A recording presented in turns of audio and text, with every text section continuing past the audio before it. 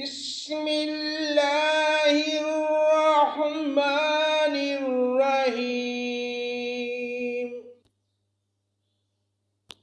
وَلِلَّهِ مَا فِي السَّمَاوَاتِ وَمَا فِي الْأَرْضِ وَلَقَدْ وَصَّيْنَا الَّذِينَ أُوتُوا الْكِتَابَ مِنْ قَبْلِكُمْ وَإِيَّاكُمْ أَنِ اتَّقُوا اللَّهَ وَإِن تَكْفُرُوا فَإِنَّ لِلَّهِ مَا فِي السَّمَاوَاتِ وَمَا فِي الْأَرْضِ وَكَانَ اللَّهُ غَنِيًّا حَمِيدًا۔ اللہ کے نام سے شروع جو بڑا مہربان نہایت رحم کرنے والا ہے۔ زمین اور آسمانوں کی ہر چیز اللہ تعالیٰ ہی کی ملکیت ہے۔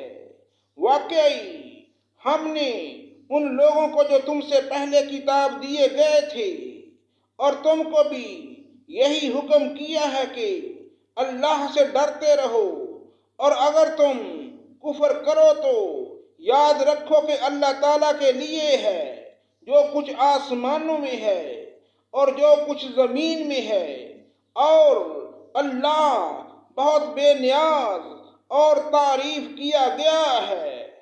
وَلِلَّهِ مَا فِي السَّمَاوَاتِ وَمَا فِي الْأَرْضِ وَكَفَى بِاللَّهِ وَكِيلًا۔ اللہ کے اختیار میں ہے آسمانوں کی سب چیزیں اور زمین کی بھی، اور اللہ کافی کارساز ہے۔ إِن يَشَأْ يُذْهِبْكُمْ أَيُّهَا النَّاسُ وَيَأْتِ بِآخَرِينَ وَكَانَ اللَّهُ عَلَى ذَلِكَ قَدِيرًا۔ اگر اسے منظور ہو تو اے لوگو وہ تم سب کو لے جائے اور دوسروں کو لے آئے، اللہ تعالیٰ اس پر پوری قدرت رکھنے والا ہے۔ من كان يريد ثواب الدنيا فعند الله ثواب الدنيا والآخرة وكان الله سميعا بصيرا۔ جو شخص دنیا کا ثواب چاہتا ہے تو یاد رکھو کہ اللہ تعالیٰ کے پاس تو دنیا اور آخرت دونوں کا ثواب موجود ہے، اور اللہ تعالیٰ بہت سننے والا اور خوب دیکھنے والا ہے۔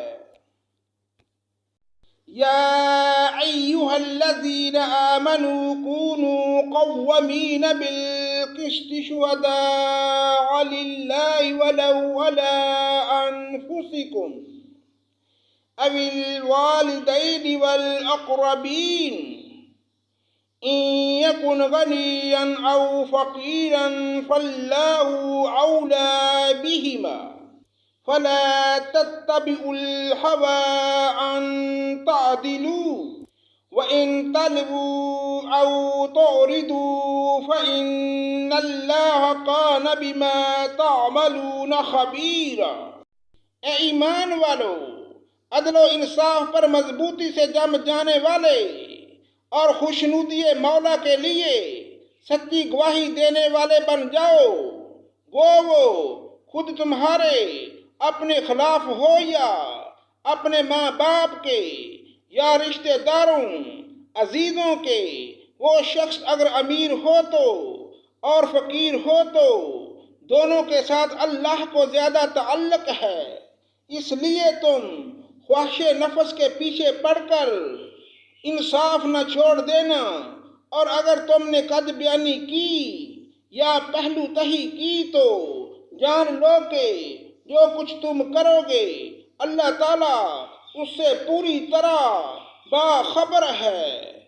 یا ایھا الذین آمنوا باللہ ورسولہ والکتاب الذی نزل علی رسولہ والکتاب الذی انزل من قبل ومن يكفر بالله وملائكته وكتبه ورسله واليوم الآخر فقد ضل ضلالا بعيدا۔